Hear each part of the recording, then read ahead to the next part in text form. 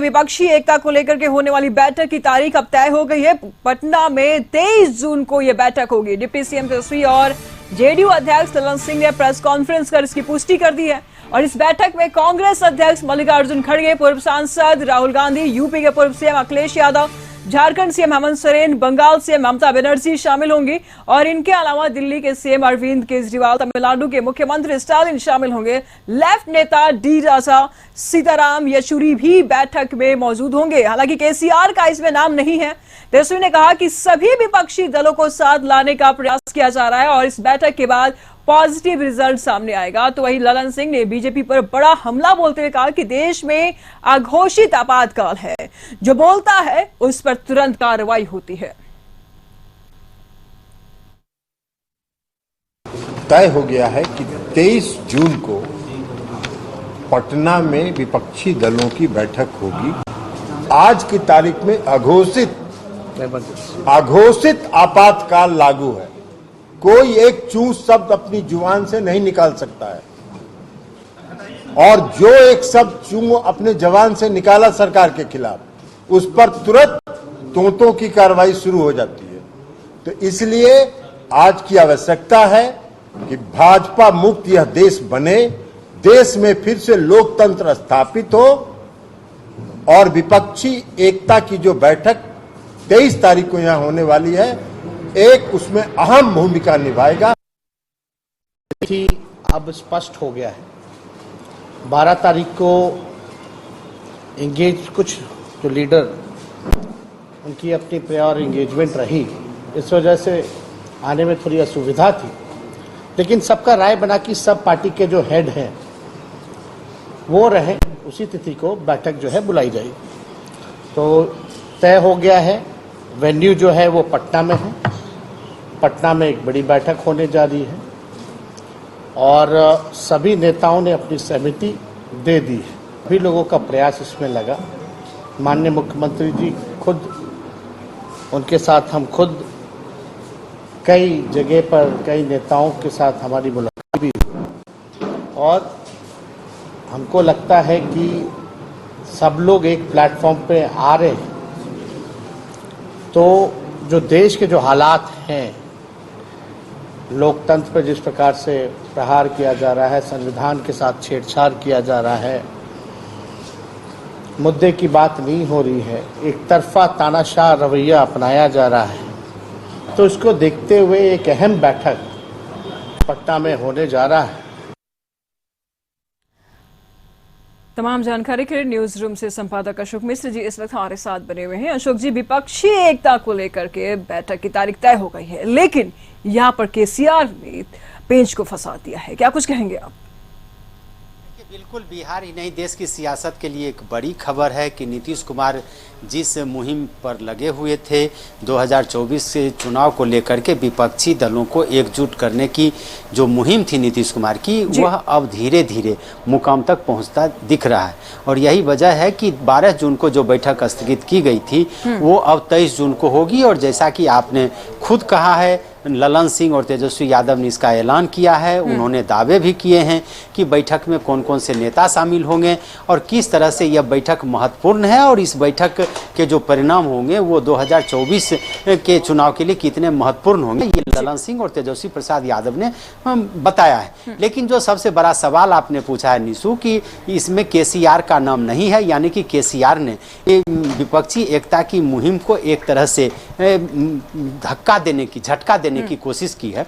लेकिन सबसे बड़ी बात यह है कि केसीआर के बारे में, या फिर आंध्र प्रदेश के मुख्यमंत्री हों या कई ऐसे हैं, जैसे मायावती का आप नाम ले सकते हैं, कांग्रेस इन सभी नेताओं को किसी भी कीमत पर साथ चलने के लिए तैयार नहीं थी इन नेताओं के साथ। और कांग्रेस को लगता है कि कहीं न कहीं अप्रत्यक्ष रूप से ये दल जो हैं सो बीजेपी की मदद कर रहे हैं। विपक्षी की एकता की मुहिम तभी सफल हो पाएगी जब कांग्रेस उसके साथ हो।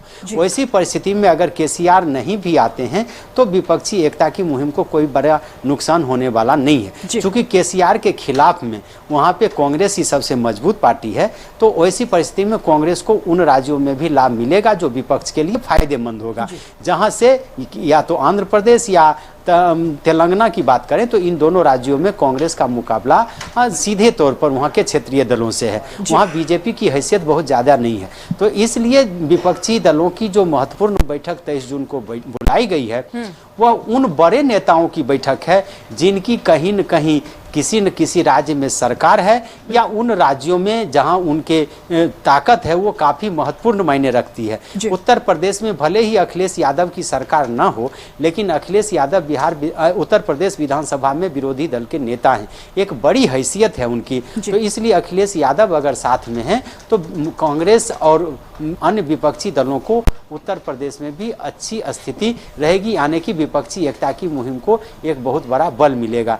अगर आप दिल्ली की बात करें तो अरविंद केजरीवाल की सरकार है वहाँ पे, पंजाब में अरविंद केजरीवाल की सरकार है, और 2 राज्यों में अगर सरकार है तो वहाँ फिर कांग्रेस की स्थिति मजबूत है, तो विपक्षी एकता एक तरह से कहिए कि वहाँ मुकाम लेने में कहीं कोई दिक्कत नहीं होगी। इसलिए जिन राज्यों के मुख्यमंत्रियों को बुलाया गया है या पार्टी के नेताओं को बुलाया गया, जैसे केरल में कांग्रेस का मुकाबला वामपंथी दलों से है और खास करके सीपीएम से है, लेकिन इसके बावजूद भी सीपीएम के जो राष्ट्रीय महासचिव हैं, सीपीआई के राष्ट्रीय महासचिव हैं, वो इस बैठक में शामिल होंगे। तो एक तरह से यह कह लीजिए कि विपक्ष के जिन बड़े नेताओं से नीतीश कुमार ने मुलाकात की थी वो सभी के सभी बड़े नेता 23 जून की बैठक में शामिल होंगे। और सबसे बड़ी बात है कि मल्लिकार्जुन खड़गे और राहुल गांधी का इस बैठक में शिरकत करना यह साफ संदेश और संकेत दे रहा है कि नीतीश कुमार ने जो बीड़ा उठाया था, जो अभियान चलाया था, वह अभियान अब एक तरह से कहिए कि साकार होता दिख रहा है। अशोक जी, सवाल ये भी उठ रहा है ऐसे में कि पटना में 23 जून को विपक्षी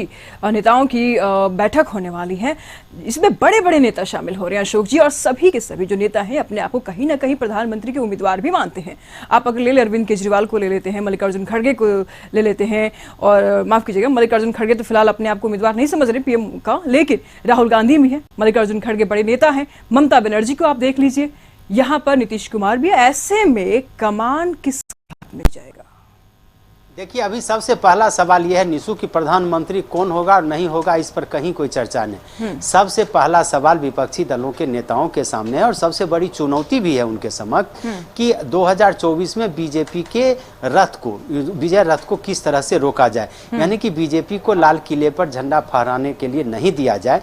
तो ऐसी परिस्थिति में विपक्षी नेता इस बात पर सहमत हैं कि विपक्षी दलों की एक साझा उम्मीदवार हर लोकसभा क्षेत्र में हो, और प्रधानमंत्री पद के लिए जब नीतीश कुमार ने कोई दावेदारी नहीं की है, राहुल गांधी ने दावेदारी नहीं की है, तो उम्मीद की जानी चाहिए कि और कोई क्षेत्रीय दल के नेता भी इसमें दावेदार नहीं है। और इन लोगों में एक सहमति बनी है कि जब लोकसभा चुनाव के परिणाम आएंगे उसके फैसला लिया जाएगा कि प्रधानमंत्री कौन होगा।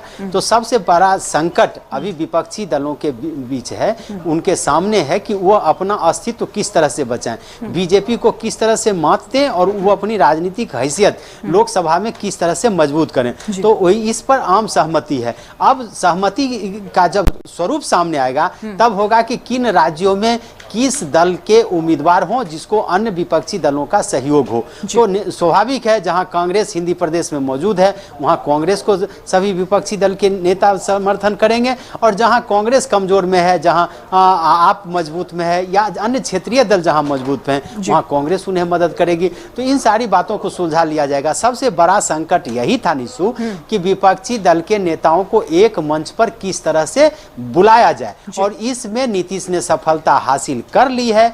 और जिस तरह से नेताओं ने आने के लिए नीतीश को पूरी तरह से विश्वास जताया है, उन्हें यह एहसास कराया है कि आपकी बैठक में हम शामिल होंगे, और हमने विपक्षी दल के बड़े नेताओं ने जिस तरह से सहमति दी है उससे आप साफ इससे यह साफ है कि आने वाले दिनों में यानी कि 23 जून को जो बैठक होगी उस बैठक के बाद सब कुछ क्लियर हो जाएगा कि किस तरह से विपक्षी दलों का अभियान चलेगा, किस तरह से चुनावी रणनीति बनेगी। 23 जून को ये सारी बातें क्लियर हो जाएंगे कि कौन कौन से अभियान चलाए जाने हैं अशोक जी, और कौन कौन सी रणनीति अब लागू की जाएगी। फिलहाल शुक्रिया अशोक जी आपका इन तमाम जानकारियों के लिए। तो